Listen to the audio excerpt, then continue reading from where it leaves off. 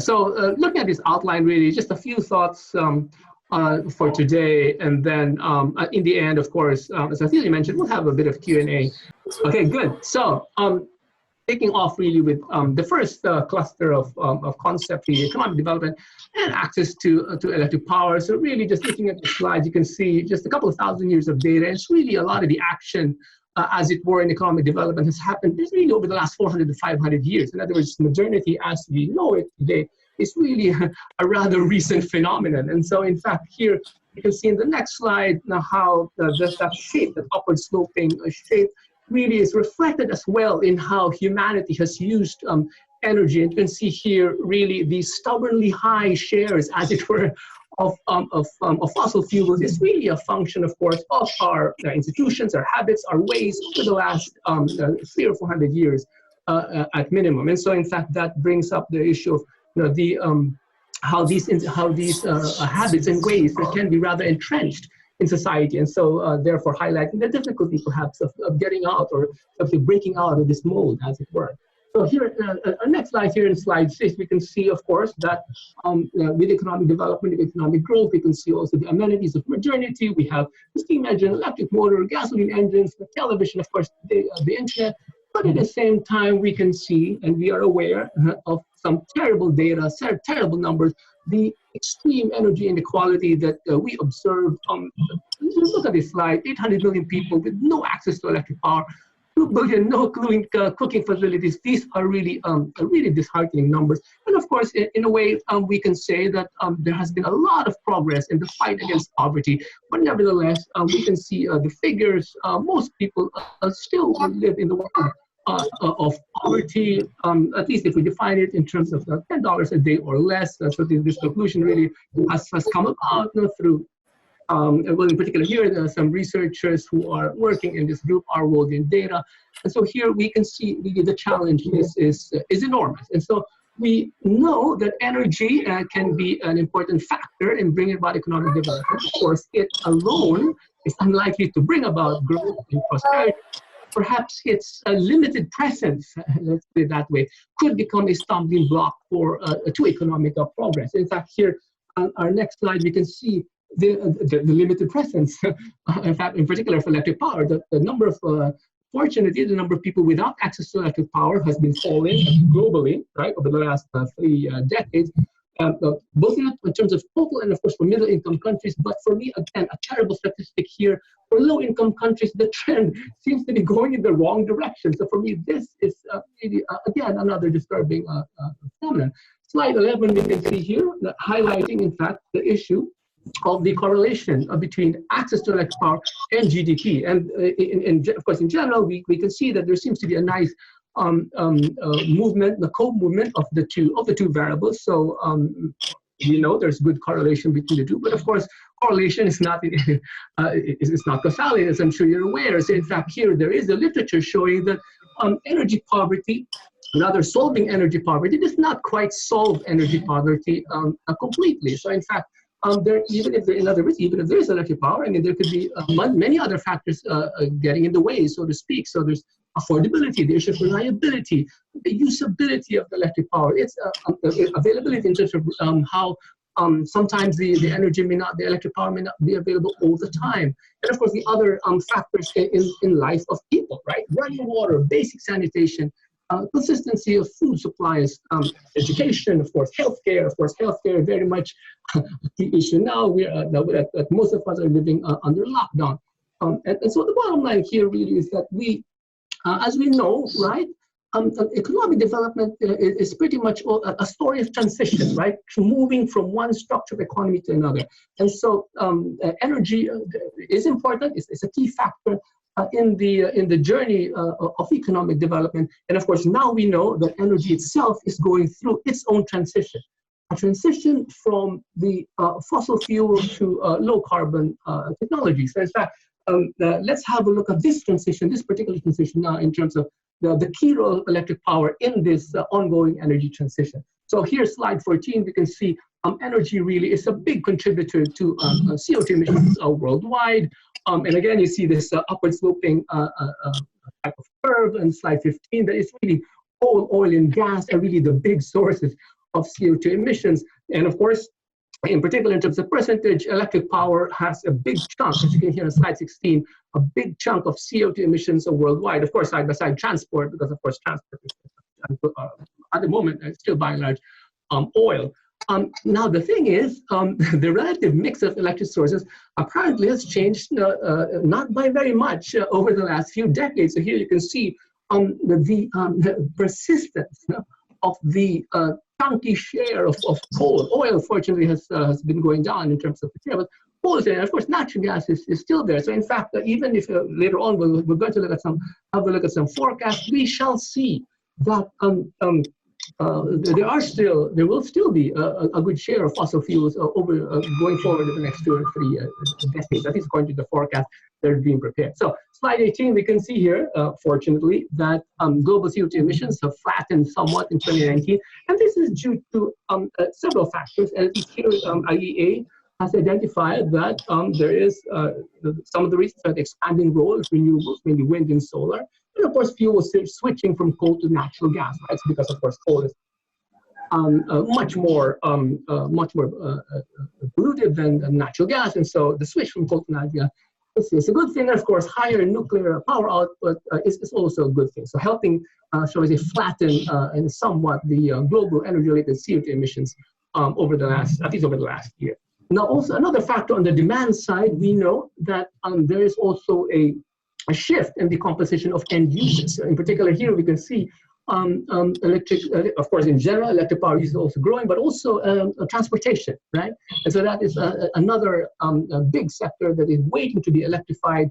Of course, there's been big strides already, and so this is, shall we say, another dimension of the transition in electric power. So we can see now, of course, just to review briefly, that there is a transition in both the supply side and the demand side, right? So on both sides of the supply and demand curves, as it were, that we can see that there are these movements towards electrification.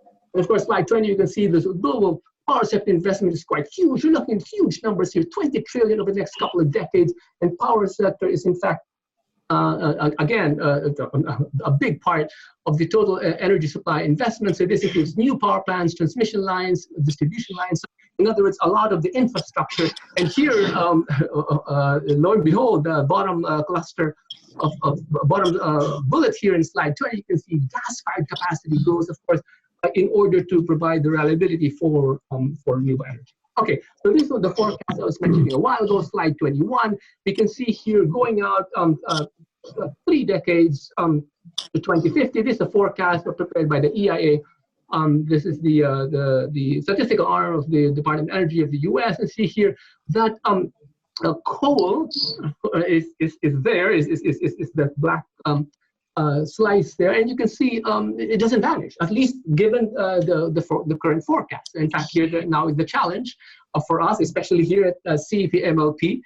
This is why we're here. This is why there is the magic of CEP-MLP, in which people are keen on searching for policy solutions as it were, to this challenge that is upon us and that we are facing over the next few decades. And see, in fact, here, this is consistent with what is called the 50 by 50 view of Bloomberg. So Bloomberg, they have New Energy Finance is another group that prepares these types of forecasts, and they can see, in fact, that indeed going out to 2050, that around 50% of the generation mix is likely to be renewables. And so again, that's a good signal. That's a good sign that at least it is the share of renewables is expected to increase.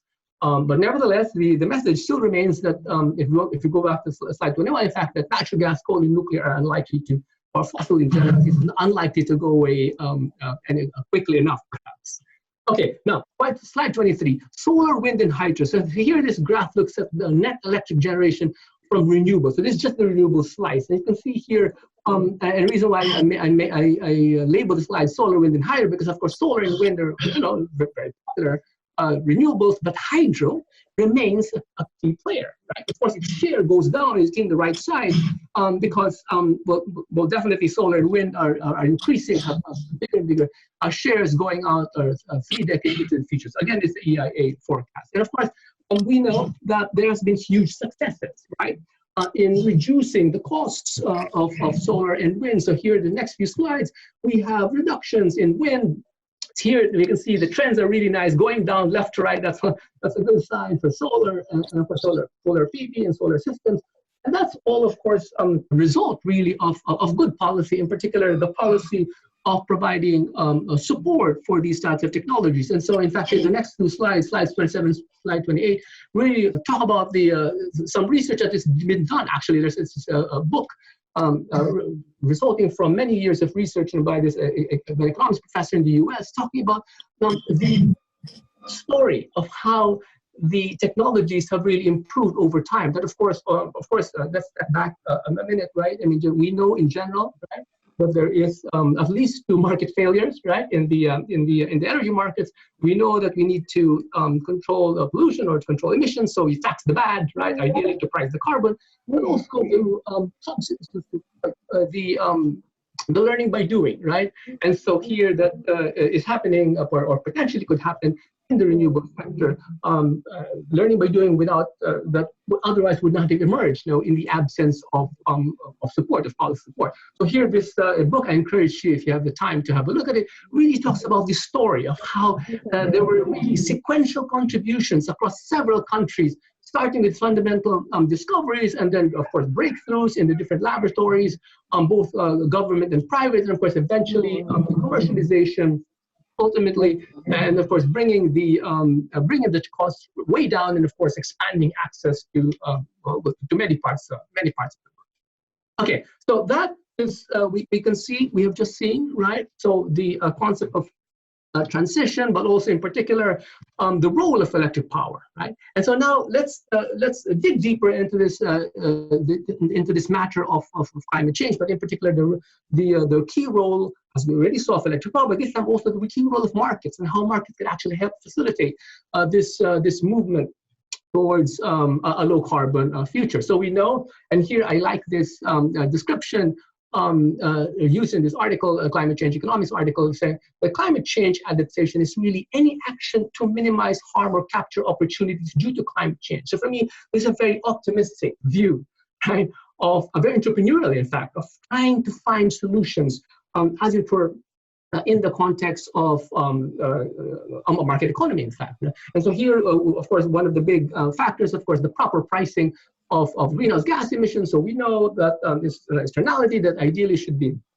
properly priced, but of course at the same time we know that there could be significant barriers to efficient policy design or implementation. Of course, sometimes there could be political pressure, and of course maybe also the difficulty of coordination amongst different countries. And so in fact there is a literature, or there are various literatures talking about how perhaps carbon prices start out high and then maybe go down over time. Some would argue that maybe we should start low and then ramp it up over time, depending, of course, on how economic agents respond, or maybe even how politics evolves. And so the bottom line is there is room, in fact, room for flexibility, room for the evolution of policy adapting nicely as economies respond. Now here, slide 32, you can see the key role of markets.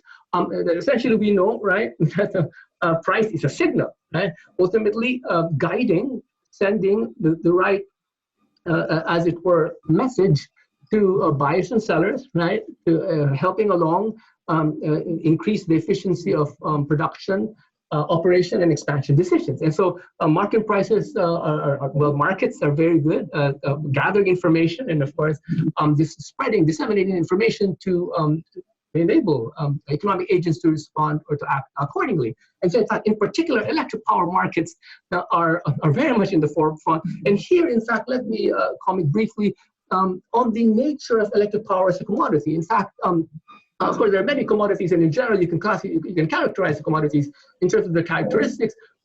Electric power, in particular, is a hyperspatial and hypertemporal commodity. In other words, its characteristics really are of course, closely attached to the physical phenomenon itself of electric power. And we know that it is, by nature, its value can change quickly, sensitively across space and across time. Right, and therefore the importance of having space-time signals, right? Signals, prices, efficient prices that vary, that ideally should vary, perhaps. across space and across time. And so if there are the markets, in fact, are able to reflect this value, then the quality of operational productive or operational investment decisions could increase. So in fact, here, the message really, one of the key messages really is that economic value exists regardless of our willingness or ability to perceive it, right? So in other words, this is not too different, if you think about it, to the concept of justice, right? That justice exists regardless of whether or not there is a lot of injustice around us, right? In other words, justice is worth pursuing, right?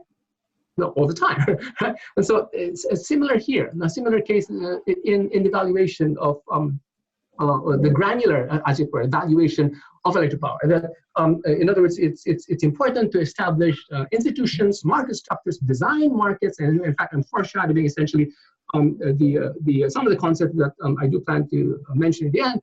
That really, it's important to be able to establish appropriate institutional arrangements and market structures in order to capture that value, release that value, and of course enable ourselves to make the transition to a low carbon future. So here, slide 34 is a little diagram showing essentially the concept of what economic dispatch in a power system, right? So a simplified view, imagine you have 5 power plants, A, B, C, D, E, they're arranged in increasing cost. So essentially you want to establish what is called in the terminology of the industry, a security constrained economic dispatch. In other words, it's an economic dispatch, so you're using the cheapest first before the most expensive one, and then constrained, of course, by the security of the system in terms of the upper bounds of the capacity of the plants, and of course the transmission system. And you can see here the vertical lines represent the demands or demand functions at different points in time. So you can, Q1 might be off peak, let's say, maybe midnight, or maybe people are sleeping, not much happening. Then Q2 might be during the peak later on, maybe 5 p.m., 4 p.m.,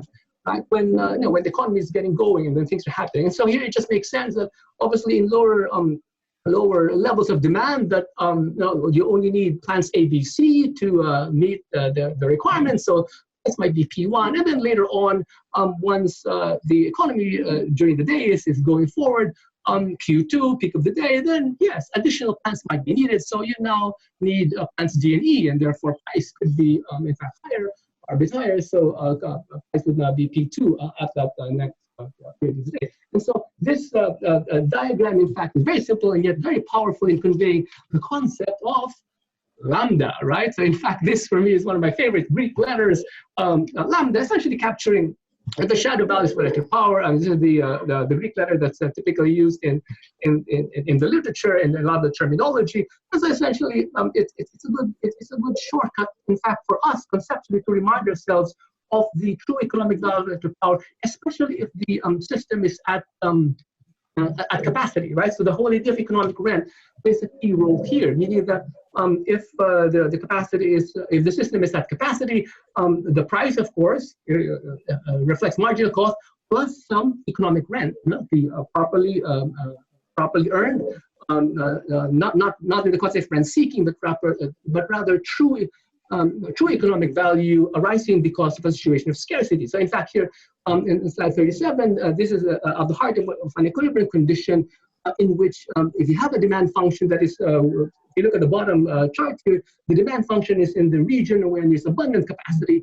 then price is at marginal cost, right? But if you have now the demand function, let's say the peak time, bumping up against the upper bound of capacity, the vertical portion of the supply curve, which is actually not too now, not really too much of a cartoon, as it were. Pretty much.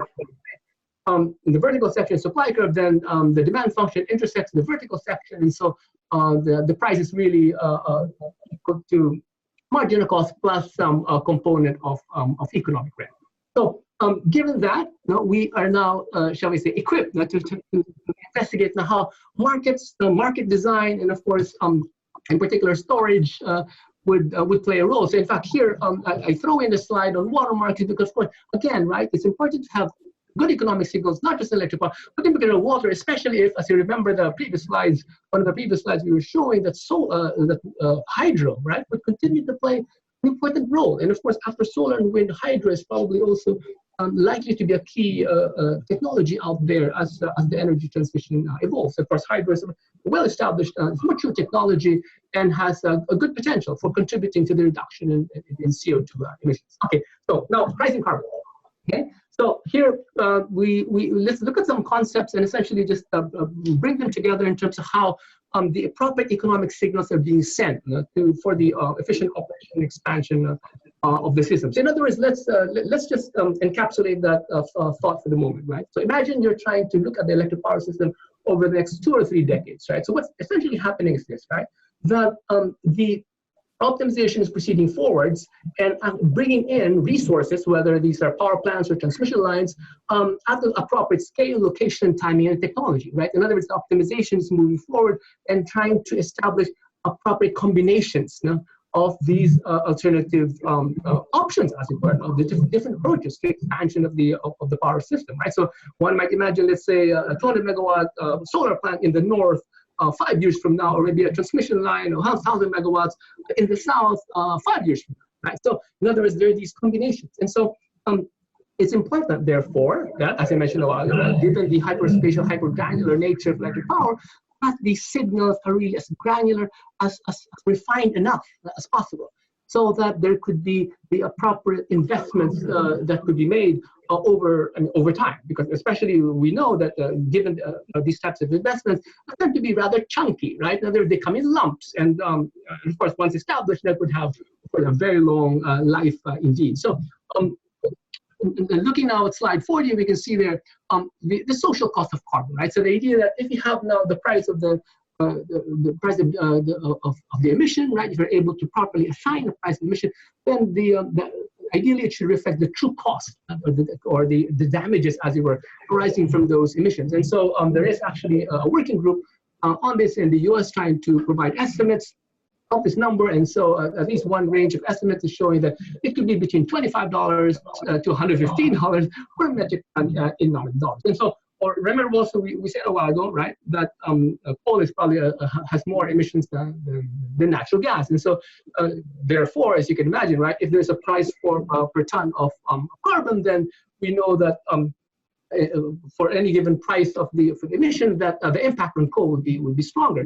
So what I've done is put together some data and try to see, okay, what would happen is start increasing this cost of carbon, right? So imagine that you go for the range of this 25 to 115 and try to see, okay, what will be the impact on the marginal production cost of different technologies. So here we can see at low levels of a carbon price, of course, coal looks cheap, right? In other words, without properly reflecting the emission, the price of emission. But of course, as you increase the cost of carbon, then the gas becomes cheaper. And so essentially, what's happening is with the appropriate level of carbon pricing, you can now price out the coal and essentially, as it were, help along accomplish the transition that we are envisioning. Now, of course, as we know, right, we are planning for the electric power system as a whole. And if you remember our slides, one of our graphs a while ago, the ABCDE plan, right, slide, we can see there that essentially, right, you have those two curves, right? Remember the Q1 and the Q2. So the one on the right, the Q2, represents, let's say, the peak, right?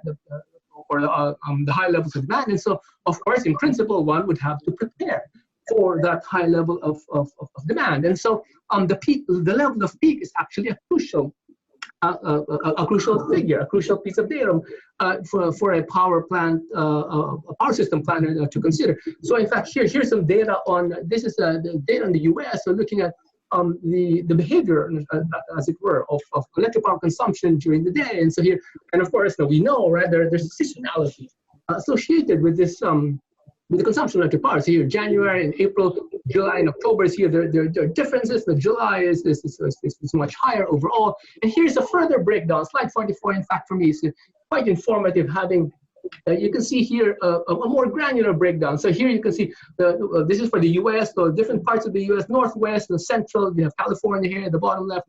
And so here you can see the different shapes for the different months. In January, April, July, and October. So January representing winter, April maybe representing late winter, early spring, and then July representing summer, and maybe October maybe representing autumn. But the idea, the point is that demand plays a big role. In other words, ideally, the system, the power system planner would have to be planning for that peak demand. Now, here, in fact, is an interesting curve you can see here.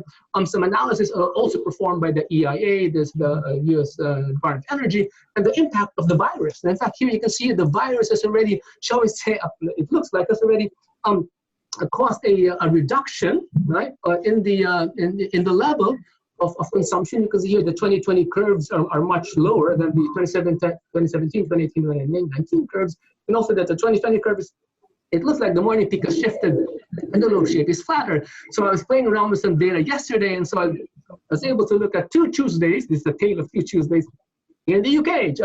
The green line is Tuesday a couple of days ago, and then the blue line is the Tuesday a year ago, roughly a year ago. And you can see it here that in a way something similar is happening in the UK as well. And of course, the UK slowing down of life due to the virus has happened, essentially got into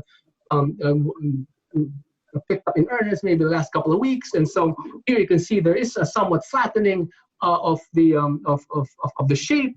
And in fact, here if you see the gap, I mean, it's easily 8,000 megawatts, which is a big swing essentially. So in other words, of course, with the history is still being written as we speak in terms of the impact of the virus, but definitely it is likely that there could be these changes, rearrangements in the consumption patterns, both temporal, right, over time, and across space in terms of the economy. And so here now, if you throw in the issue of the energy transition, and in particular climate change, there is a literature already showing that with climate change, with temperature change, there could now be these changes as well in the peak loads, right? So here, there could be, this particular paper looks at, finds that there could be significant increases in the average daily peak load in southern and Western Europe, and a significant decrease in the peak load in northern Europe. And then here in the next slide 48, this time similar exercise done for the US. And so again, mentioning that there could be changes in the intensity and the frequency of peak events. And so throughout the US, again, it's actually causing, shall we say, reallocations, maybe even dislocations, and of course also costing big money in terms of, especially in terms of the additional, the nature, the size, the magnitude, and for the types of technologies that might be established over time. And so all of that, right, put together essentially represents the concept, the nice concept of equal pricing, which we already saw a while ago, which is that, in fact, you're planning for the system. And so it's important to be able to reflect, indeed, that if there's higher demand, then ideally there should be a higher price that is being charged and being paid, again, representing this highly spatial and the hyperspatial and hypertemporal nature of electric power. And then finally here in this slide, before I move to the last section, is really talking about some simulations that I've done, some a simple analysis, looking, let's say, at regions which have, let's say, water markets at the north and then energy in the south, but they share, let's say, a body of water. And so what happens, of course, if you apply a carbon price, that essentially you're potentially moving water from north to south in order to reduce the gas-fired gen, and of course increasing the use of the hydro. So that's a good outcome in terms of emission. But also, in fact, a social cost of carbon could dampen the signal for gas-fired gen. In fact, maybe even amplify the signal, the investment signal, for reservoir capacity investment. In other words, for expanding the hydro system. Of course, the challenge there, and now we're going to the last section of our presentation, is that we need to ask the question: is it really desirable to have additional reservoir capacity? Because there are concerns, in fact, about large and sometimes invasive hydropower projects, and so the local people might be unhappy about this. Might be social unrest, and so that is a question that is rightfully to be asked. Of course, connecting to the point of equity, and also another factor definitely related to climate change. Of course, this time the potential for the loss or retreat of glacial mass, right? So in other words, especially, for example, in Switzerland, for example, right? This power system that could rely on hydro, and of course could also rely on glacial systems. And so these glacial systems are not able to, obviously, reestablish themselves if the mass is lost and the glacial does not reform, then literally reformulate itself. Then the future capacity for hydropower could, of course, be affected as well. And so this brings up the question: okay, how do we now optimize the system over time? Right, back to the system, back to the issue I mentioned a while ago, in terms of looking out, let's say, into the future, trying to optimize the mix and structure of technologies. And so there is a literature, and of course there's more, I'm sure, being written up now, trying to see, okay, what would happen if we have an all renewable type of system? How are we now bring it about? And of course, one of the key factors here is, of course, having the appropriate, not only the proper technology, but also the proper market design. So in fact, here, battery, one particular technology which has become quite popular is very much there. It's starting to increase in importance. And of course, we know in general, right, in electric power systems in general, there is battery. There are very few limited opportunities for storage. The battery is there, but also pump hydro is there, of course, a well-established, mature technology. But outside of those, I mean, there's really not a whole lot. And so this is one reason why there's really big attention being paid, to these types of technology, that you could store actually the energy when it's not needed. So in other words, if you think about, again, no different than say to a hydro system, right? So it's an optimal release question, right? So meaning you have the water, you're containing it, and you release it when the water value is high. Meaning direct power is expensive, it's valuable to release the water, and therefore that's the best use of the water. So here's next slide. We can see that there's an increase in investments in battery, and of course we know that storage, represented by battery or even pump hydro, increases the overall utilization of power system assets, right? So essentially, it's an arbitrage between the peak and the trough in the system, and of course, as we saw in the other slide a while ago, right? If you remember that slide, that if the curve flattens, right? So what would happen now to the signal, right? Imagine what's happening now to the signal for storage, right? So if before the virus, the difference between the peak and the trough would be quite pronounced, and therefore, in terms of valuation, there could be a significant value captured over there. But of course, if the curve is flattened, then of course there could be now perhaps a weaker signal, somewhat weaker signal. So these are some of the challenges that perhaps we could consider going on in the future. So there's this analysis talking about how do we now, in fact, encourage battery investment. And so here, this is an analysis looking at how to, as it were, identify the sources of revenue for batteries. So here, there are several drivers of battery margins. So we know there are different markets. Here, in this analysis created by Timira, we can have several sources of revenue. There's base margin, there's structural shape. So here, this is essentially related to what I was saying a while ago, the shape of the consumption, and of course the shape of the pricing over time. And that's where there could be a lot of opportunity, as it were, for buying low, and then of course later on releasing or selling high. And here's a nice graph, in my view, capturing a lot of the concepts that we're trying to describe, which is this is a simulation of the UK system between 2020 and 2030, right? So these two curves talk about, in the middle you have the distribution of demand. The light blue is 2020, the dark one is 2030. So this is a net demand. This is the net of solar and wind. And you can see also on the right side, the supply stack, the supply curve, not too different from our ABCDE graph, right, would show the supply function for the UK, and see there that 2030 that the supply stack would be steeper. So as some units retire. So what's happening, of course, is that if there is a strong encouragement of solar and wind, and so this distribution, of course, could be shifting, could be moving, and of course, as retirements are happening, the supply curve is steepening, and so both of these movements, in effect, are likely or could cause these volatility in prices. And in fact, here is some of the analysis being shown that there could be wide swings from negative prices, negative electric power prices, all the way to more than £100. And in fact, we know already that in fact, negative electric prices have happened and do happen and continue to happen today, right? And so, of course, that now is another signal that ideally ought to be captured, that should be captured. So in fact, here one of the big factors that has to be considered, especially for batteries, how now to reward the battery investment, and in particular, how now to design the market. So here now in my final slide, at least for this